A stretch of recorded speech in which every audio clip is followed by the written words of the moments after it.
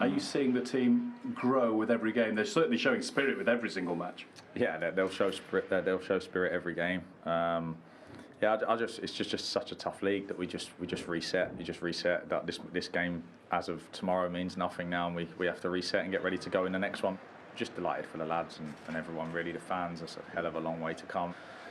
When you are winning, you obviously you want to keep the 3 points, but okay, we had a good point in a difficult stadium, and I think we play very, very well. The end passage of the game, the last 20-25 minutes, we needed to show more patience. We ended up getting desperate and shooting from all sorts of ranges, which plays into their hands, really.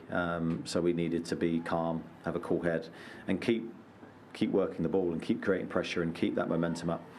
First half, we probably let them off the hook in terms of breaking up play ourselves, needless free kicks, and those stoppages, they were what they wanted. So we got a lot to reflect on, I think. Thinking back to your time at Fiorentina, what do you remember of our expert in the studio, Micah Richards? Micah Richards, he's there. Hi, Micah. Amazing, this guy is top guy. I really love him. He brings a happiness in our locker room, and it was really nice to be with him in that time. Do you know why I'm really happy? Because you made him the keeper he is. Because he had so much practice of shot stopping from people that went past you. You're not lying.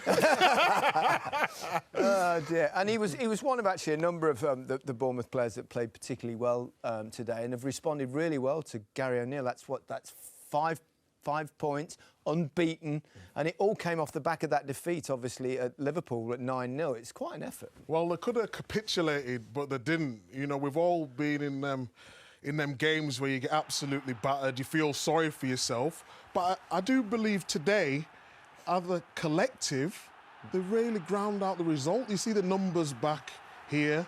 Everyone knew their roles. Newcastle had more possession, probably had the better of the chances. But when they needed to dig deep, they really did. And it's a sign of a team that's, you know, that wants, we all want to stay in the Premier League. But it actually, watching them today is like, they actually got more quality than a lot of people probably giving them credit for as well. And you've seen that as well, didn't you, dear? I just like the commitment. I like the character of them. You know, they know that they're not the best side. Shape there, you see, they're in a 4-5-1, making it hard for Newcastle, forcing them to go around the outside of them as well. Lots of space down the outside because they can defend crosses well. And I do like that their team shape stayed the same all the way through the game. Look at all these shirts in the box. There's your mate, look. Oh, look here. I made him man of the match, actually. He was outstanding. He really was. And he was always a good shot stopper at Fiorentina. Yeah. In training, you could always see. He's played, what, Barcelona, Valencia, Juventus as well. So they're lucky to have him. They really are.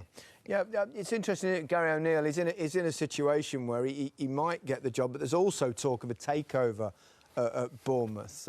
He's given them something to think about, though, isn't he? Yeah, that's all he can do. You know, try and work with what you've got. You know, he's doing okay with what he's got at the moment. You know, he hasn't got the best players, he hasn't got the best team, but they are playing for him. That's all he can do. Yeah, Newcastle got back into the game, didn't they, with a penalty? It was a VAR. Yeah. You think they got that one right, don't we? Yeah, we don't normally say many good things about VAR, but I believe they got this one right.